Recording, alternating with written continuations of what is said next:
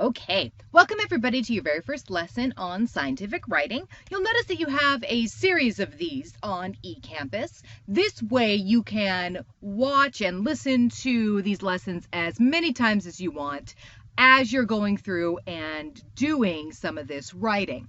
So this first lecture is just on scientific writing in general, why we do it the way we do, all of that sort of stuff. So watch this first and then start moving on to the different parts of the scientific paper. Okay. So what is scientific writing? Scientific writing is the major form of communication among scientists. Now, this dates back to early scientists who simply wrote letters to each other talking about their results. Think about that origin. There was no other way of communicating with someone who was remote, some other scientist who lived far, far away from you. So the writing had to be very clear, it had to be very specific, and it had to communicate exactly what a scientist found without confusing the reader. There was no back and forth. There was no calling somebody or emailing them. They only got this letter. The idea of that type of scientific writing hasn't changed, but the medium has shifted from personal letters to journals and abstracts and books and theses and dissertations, etc. Okay, so we just have a much wider distribution method than we did before. Instead of Darwin writing to a single person, he would have now published in a journal where a whole bunch of people could have read it. This is why when you read older journals, they usually start "Dear Sir." It's because they're originally letters. Some of the very first journals were actually letters to the editor, and this is why we also have letters to the editor today in journals. Now, when you want to communicate your results of your research today, you are going to publish in a journal, or you're going to present your results at a conference. Either form will allow a widespread dissemination of your new information, and the effect of that information is directly related to your skill as a writer. Okay, so the better you can write, the better you can present, the more your information is going to get out to the world. Now, you can find scientific writing, good scientific writing, in either primary resources or secondary resources. You're going to hear me talk about this a lot during the semester, and I'm going to ask you about these sorts of things. So a primary resource, this is a publication that focuses on novel data, which is peer-reviewed by other scientists in the field. So our journal, it has a bunch of primary papers, primary resources in it. You guys are the peer reviewers. It is being looked at by other people in this field, and we are then publishing it. So these two things are key. Original data that has been peer reviewed. Any publication that does not have these characteristics is not original data, is maybe amalgamating a whole bunch of other data into a new paper, or has not been peer reviewed. So maybe you're publishing original data, but it's in a book and nobody's looking it over to make sure you're not making crap up. Then it's considered a secondary resource. Now, it's pretty easy to tell a primary resource from a secondary resource. Pretty straightforward. Primary resources are the primary means of scientific communication in the scientific community. They have a pretty specific format when you think about it. They usually start with an abstract, which you're going to learn how to write this semester. They have an introduction that has citations in it, and they cite the background material. It has materials and methods. It has a results section, and then it has a discussion and or conclusion section. At the end, there's a list of references where they pulled information from other papers. It is also peer reviewed, like I keep saying. This is when the article is read and critiqued by other scientists. Most of the time, the scientists are in the exact same field. Sometimes they have something to do with the field if it's a really specific area, okay? But they have basically the same qualifications. This keeps authors from just making crap up when they are writing these papers. So this peer review process is what you're going to be doing in class, along with some editing. Now, a secondary resource are those that do not follow that format of the primary resources. They're missing some aspect, okay? In general, the secondary resource is considered secondary. This resource is considered secondary if the authors, say, didn't do the experiment themselves. Maybe they're simply reporting what a whole bunch of other experiments meant and put it all together. Hey, you've seen papers like this, right, where they're going to go look up, all the different maggot ages or something, how quickly they grow at a particular temperature, and then they put it into a new paper, so it's one resource. That's not new data. That's older data that is just being reported. Okay, so they didn't do it themselves. They're simply reporting it, and they're not adding any new information to it. If the authors are just summarizing research and results, that's considered secondary. If the paper is not peer-reviewed, it's published somewhere where it is not peer-reviewed, then it is considered secondary. So a really common type of secondary resource is the review article. This is when authors go out and they comb through the primary literature and they summarize a whole bunch of stuff on the exact same subject into a single paper. The authors aren't analyzing anything differently. They're just pulling a bunch of resources together. They're reviewing the literature, if you will, and summarizing what they found into a single paper. Now, this is a great paper. I mean, it's a great place to start, especially if you're new to a subject. You can go and find review articles over pretty much anything. And those review articles are going to go over the generalities of the subject so you can get an idea of what's out there. Their resource section, their references, is also a really great place to get a whole bunch of primary literature, a big old list of articles that are in the primary literature. So they're wonderful, wonderful things to do, but they're not primary. So you will find various types of articles out there, and I want you to be able to tell the difference between a primary and a secondary article.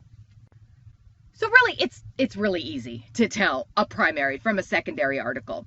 You can just look really at the entry in, say, a database at the library or on Google Scholar or somewhere like that. What you do first, let's say you find this. You're doing a search for DNA in insects, right? You come up with this paper, an alternative for the extraction and storage of DNA from insects in forensic entomology. Neat. You want to know if this is primary or secondary in this case. So the first thing you're going to do is you're going to check where it's published, okay?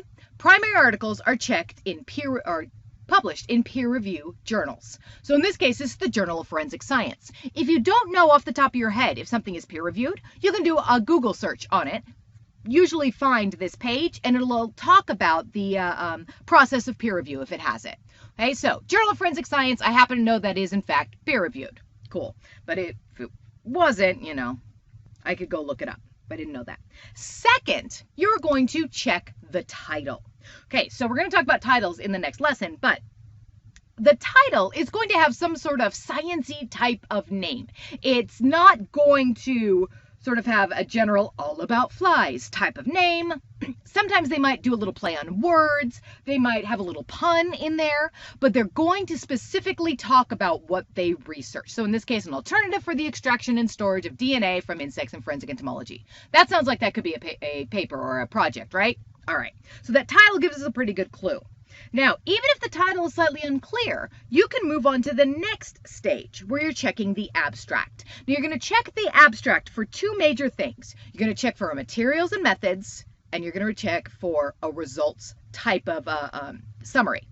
Okay, so the abstract has at least one sentence on both of these things. If there is no evidence of any type of materials or methods or results or whatever, then you probably have a secondary article. But you can look for keywords, things like tested or studied or ran this thing, that sort of thing. And then you want your sum up words. So in this case, the FDA cards, therefore, appear to be suitable for use with calophorids. That's a pretty straightforward result, okay? So you can pick this out of the abstract. Finally, you're going to check the publication type. If you've pulled this from one of our libraries, they will have this listed on there. Okay, this says it's an evaluation study. A study, that's an actual experiment that somebody's generating data. Okay, so you got your title, your journal, your abstract, and this publication type, which can tell you if this is a primary article. So this is a primary article. Falls into everything. So checking if something is a secondary article or not, okay, you do that exact same thing. You're going to check first where it was published. Okay, so checking if the Biologist in London, I don't know if that is a peer-reviewed journal or if it's just a magazine, right? Okay, so you can go and look that up. In this case, this is just a magazine. It's a popular type of a magazine. It's like Time magazine or something of that nature, okay? So not peer-reviewed, you just have authors that are writing stuff up. Okay, so step one. But I had to go look that up. Okay, I didn't know like I knew with the Journal of Forensic Science. Second, you can check the title. Okay, this is the same, another forensic entomology one. This is forensic entomology. What can Magus tell us about murders? Does that sound like a study that I can do? Like if I go out and just, what can Magus tell us about murders? No, it's not nearly as science-y, quote unquote, as that last one, right? This sounds like somebody is doing an overview. Okay, so checking that title. Then I'm going to go into the abstract, provided they have one, and look for those materials and results, or materials and methods and results. And if I look through here, there is no evidence of materials and methods and results, right? They didn't do anything. This is just telling you about a little case. That's not an experiment, okay? Finally, you check that publication type. In this case, it says it's a review article. So that reviewed article by definition is secondary article, therefore this article is secondary. Okay. So now you know the different types of literature, primary and secondary articles. You are going to be writing your own. And you can choose to write a primary article. You can choose to write a secondary article. It's up to you. But you have to have the same basic skills in order to write these different articles. So scientific writing must be developed through practice. Good learners, good writers never cease learning. And good writers are often reading other papers. So they read lots and lots of other papers. That is why this class is designed the way it is, so that you can read and critique a whole lot of different types of writing. And then as you're reading it, I want you to keep in the back of your mind the things that you liked and the things that you didn't. Okay?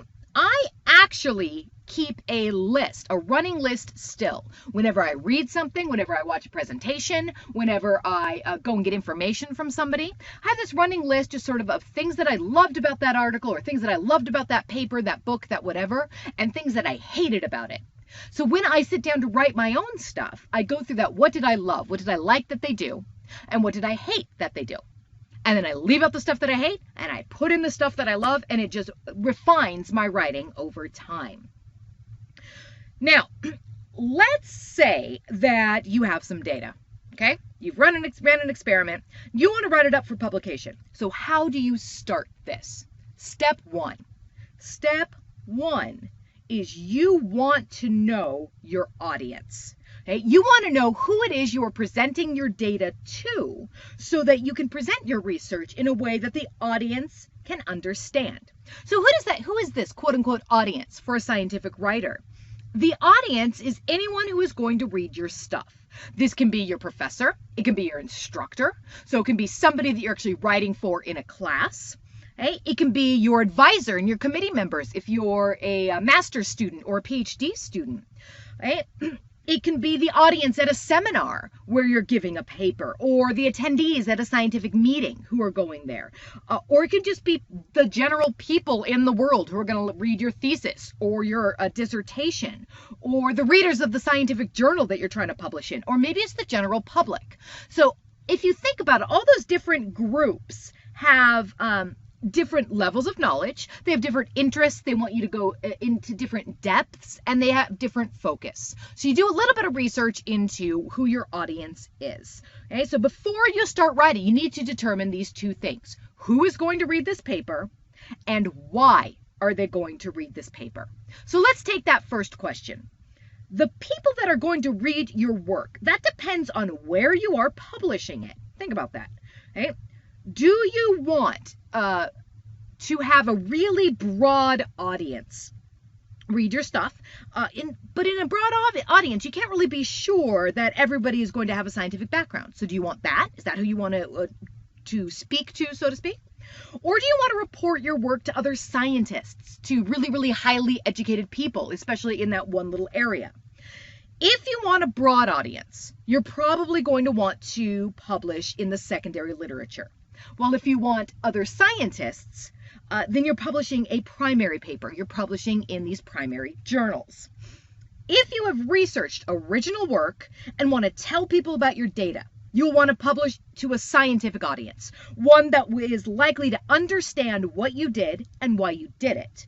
You don't want to have to go all the way back to basic biology, say, to explain to someone why you decided to research, antibiotics produced by maggots, for example. Okay? So you want to keep that in mind. Now, once you decide what type of audience, you're going to still need to narrow down that audience a little bit further. Are you going to present your data to general biologists? Let's say you chose to go with the scientific route. General biologists, are you going to present it to entomologists? Or to entomologists with a very narrow field, like specialists in a single species? Presenting your data to each group is going to change the level of detail that you need to include in your paper. It's also going to change the types of information that you need to explain. Maybe your audience already knows all the acronyms you're going to use. Then you don't need to explain them in depth. Or if they're new acronyms or things that people don't understand so much, you will. Think about like PCR, right? Polymerase chain reaction. Most scientists, no matter what field they're in, they know what PCR is. So you don't have to go into an in-depth thing about that. But if I were to tell you I was doing MDT, which is maggot debridement therapy, not everybody's going to know what that is. So I can't automatically do that acronym. One way to determine your audience is to think about your research and decide who you would want to know this information. If it is a very basic experiment, very basic data that has really broad reaching implications, then you're going to want to try for a very broad audience. That makes sense, doesn't it? If it's very basic data that has very focused though, or if it's really, really high level data that is very, very focused or covers a very narrow subject, then you're going to want to go for a narrow audience. So once you determine this, then you can decide what type of journal you're going to publish in. Journals tend to cater to a specific audience. InSTARS, our journal, for example, caters to general entomology and forensic scientists. They have some general scientific background, and so the papers in this journal generally have the ability to be understood by a large group of people, both broad and narrow subjects. So you're going to find that many journals have the same sort of focus, and you're going to get a good cross-section of readers. A journal like Wound Management and Regeneration, on the other hand, these really only cater to people who are trying to deal with wounds, to people who are interested in wounds or the regeneration of wounds. You're not going to find a huge cross-section of different people reading wound regeneration and management, right? All right. So to get the idea of the type of audience that a journal caters to, go through the table of contents of a couple of issues. If you see a bunch of different subjects represented, then that journal has a really broad audience. If you only see a couple of subjects, or worse yet, one, you're looking at a very narrow audience. Okay, so where you choose to publish is up to you, but you want to make that decision based on who you think will best benefit from your paper, from your work. It's really a balancing act. Okay, you want to figure out these things. So the next question, that is, why are your readers going to read your article? No one has time to read absolutely everything that is published. As awesome as that would be, nobody has that time. So you need to make your work relevant to your audience. Let's take that journal of wound management again, okay? An article published in Wound Management and Regeneration. I would publish something in that journal if I was working on a technique that directly affects how wounds were managed, or if I discovered something that would help people understand how wounds regenerate or how wounds heal themselves. These ideas are easily applied, they can be used pretty quickly, and you want to get that information into the hands of people who would use it immediately, hence the choice of that particular journal. If I had a more general theory, however, or I did a broader focus study, then I want a much broader journal. I want someone who is interested in the general biology of cells, say, or how tissues work, rather than just how wounds heal. Okay, so you want to go through these two questions. Once you determine who needs to read your work, you need to write up your article accordingly. This is always dictated by the individual journal's guidelines. So each journal has a list of things that it wants included, a style that it wants things written in, and a format that must be consistent across all papers. Sometimes journals have guidelines that look a lot alike. They look almost exactly the same, while other journals are night and day different. They look very, very different. These guidelines are going to cover everything from what sections you need to include in your paper to how to present your tables and figures to how to cite your information. If you don't follow the guidelines, then you're not going to be published in that journal. They're going to reject you. That's how it works. So let's take these three articles I've got right here. Okay, we've got this hepatocyte growth factor in fecal samples, rapid detection. We've got this clinical impact of real-time evaluation of biological activity in hepatocyte growth factor. Got the interaction of hepatocyte growth factor and heparin sulfate. Same basic subject, right? They're talking about this hepatocyte growth factor and how it works and all that sort of stuff. If you look at them, though, you know that they're all primary articles, but they look very different, right? Right. So this first article, so this one on the left over here, this article has a title and then an abstract. That abstract breaks out things. If you look at that abstract, you can see that it's broken out into sections. It's got your background, your materials and methods, your results, your conclusion, all in that abstract. Okay? So it's all broken out and very, very almost point by point, right? Okay, and it's called background as opposed to introduction. Compare that to the second article. The second article also has a title, but the abstract is a cohesive paragraph. Nothing is broken out. You'll also notice there's no statistics in the results in the abstract here.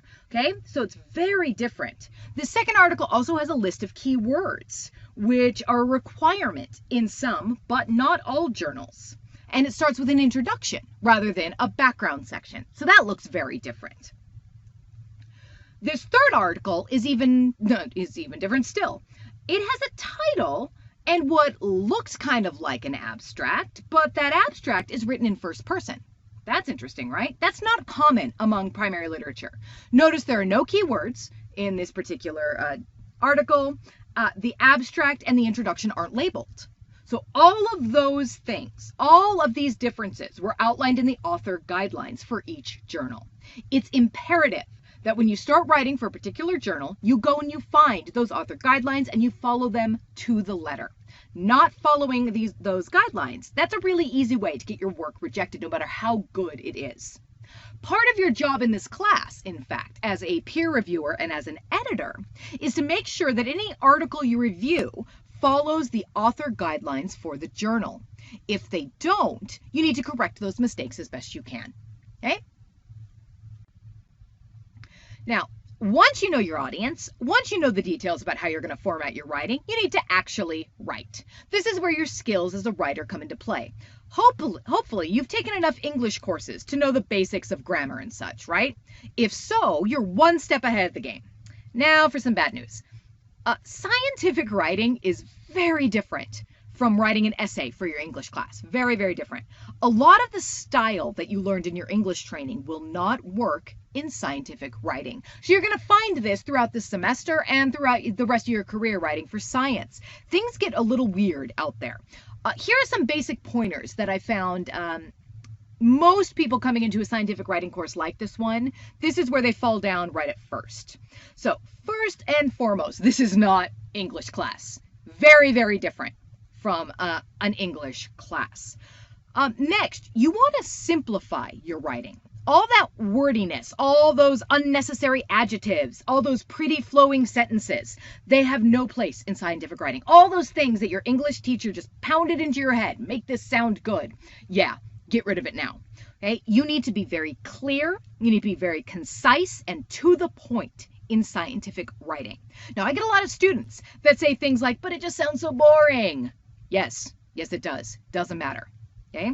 Don't use 2 sentences to say something that you can say in 1. Don't use 5 words when 3 will do. Okay? Cut through all of that BS and get to the point. And you're going to see me write these comments on your papers. Cut through the BS. Stop doing that. Get to the point. I will say that a million times. Get to the point, get to the point, get to the point. Each sentence that you write should have a clear purpose. If you can delete a sentence or an entire paragraph or an entire section of your paper and not change the meaning of your paper, then delete it. You don't need it. So all those times you spent BSing your way to a word count for an essay, that's not going to work in scientific writing. You're presenting facts backed up with citations, and there's no room for wandering prose. Keep that in mind. Now, along those same lines, you want to avoid repeating yourself. You'll see that I repeat myself a lot when I talk in a class. This is just because I've been trained by students to do that.